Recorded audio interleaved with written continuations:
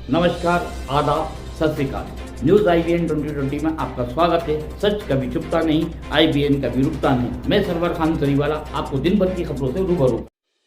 सवर्ण आर्मी के राष्ट्रीय अध्यक्ष सर्वेश पांडेय, राष्ट्रीय महासचिव ठाकुर शिवम ने आज वाराणसी में सवर्ण आर्मी 2023 के कैलेंडर का विमोचन किया। कार्यक्रम की अध्यक्षता सवर्ण आर्मी के प्रदेश महासचिव सूरज प्रसाद चौबे ने की। उपस्थित सवर्ण समाज के लोगों को संबोधित करते हुए राष्ट्रीय अध्यक्ष सर्वेश पांडेय ने कहा कि सवर्ण समाज आज राजनीति के निचले स्तर पर है, हर तरह से उपेक्षित है। सवर्ण समाज के नेता जो राजनीतिक दल में हैं, न तो दल से न ही दल के बाहर समाज की बात करते हैं। हमें खुद संगठित होकर समाज के लिए काम करना है। कुछ लोग हमें जातिवादी कहते हैं, जबकि सभी सरकारी योजनाएं जातिगत आधार पर है। जब तक सरकार जाति आधारित सुविधाएं उपलब्ध कराती रहेंगी, जब तक मैं सवर्ण समाज की बात करता रहूंगा। पत्रकारों को बताया कि माननीय उच्चतम न्यायालय ने जब कहा कि OBC आरक्षण के बिना स्थानीय निकाय चुनाव कराने का आदेश दे दिया, तो सरकार कह रही है कि बिना आरक्षण के चुनाव नहीं कराएंगे। उच्चतम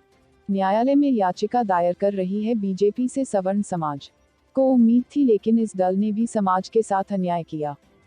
राष्ट्रीय अध्यक्ष ने कहा कि 70 साल से आरक्षण मिल रहा है, लेकिन जिसको मिलना चाहिए उसे वास्तव में नहीं मिल रहा है। जो गरीब दलित है वह आज भी गरीब है। आरक्षण का लाभ वही पा रहे हैं जो पीढ़ी दर पीढ़ी लाभ लेते आ रहे हैं।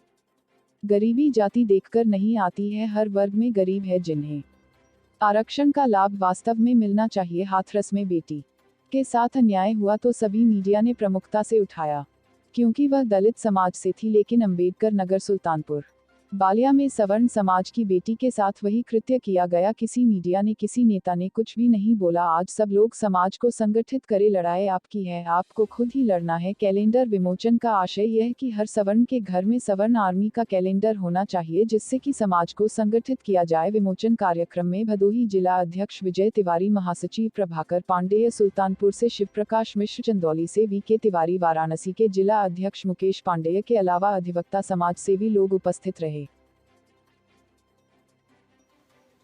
मेरा नाम सर्वेश पांडे है। हमारा एक संगठन है सवर्ण आर्मी। तो हमारे संगठन की तरफ से संगठन का कैलेंडर लॉन्च किया गया है, आज उसी का विमोचन था। ये सवर्ण आर्मी सवर्ण जो जनरल कैटेगरी है, अपर कास्ट, उसके लिए कार्य करती है।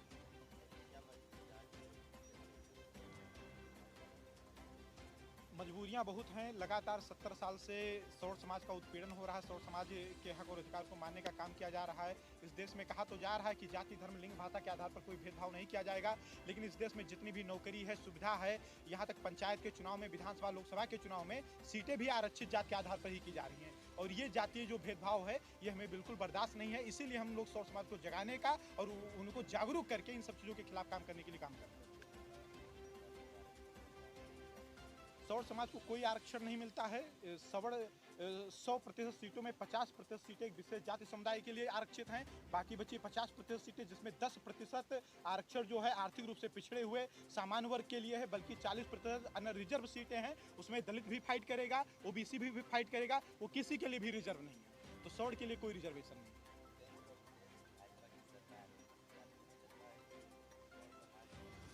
इस देश में जितनी भी सरकारें आई हैं, सब वही दलित पिछड़ा कर रही हैं। किसी ने भी सवर्ण समाज के लिए काम नहीं किया है। अगर ये सरकार सवर्णों की होती, तो जब दीपक मिश्रा ने इस कोर्ट में स्टेटमेंट दिया था कि सुप्रीम कोर्ट में कि SC/ST एक्ट में जांच होगी, जांच के बाद गिरफ्तारी होगी, तो मोदी जी उसमें कानून लेकर के ना आते। अभी हाई कोर्ट का फैसला आया, OBC आरक्षण को रद्द करके तुरंत निकाय का चुनाव करवाया जाए। तुरंत उन्होंने कहा नहीं, मैं चाहे इसके लिए सुप्रीम कोर्ट जाऊंगा, लेकिन OBC आरक्षण लागू करूंगा। तो किस आधार, ये किसी भी आधार पर हमारे हित में काम नहीं कर रहा।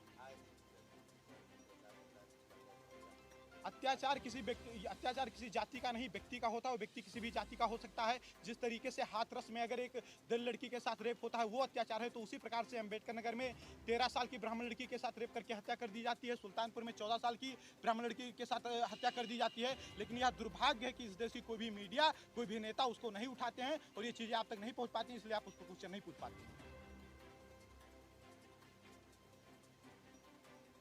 हमारे चैनल को शेयर, लाइक और सब्सक्राइब करना ना भूलें।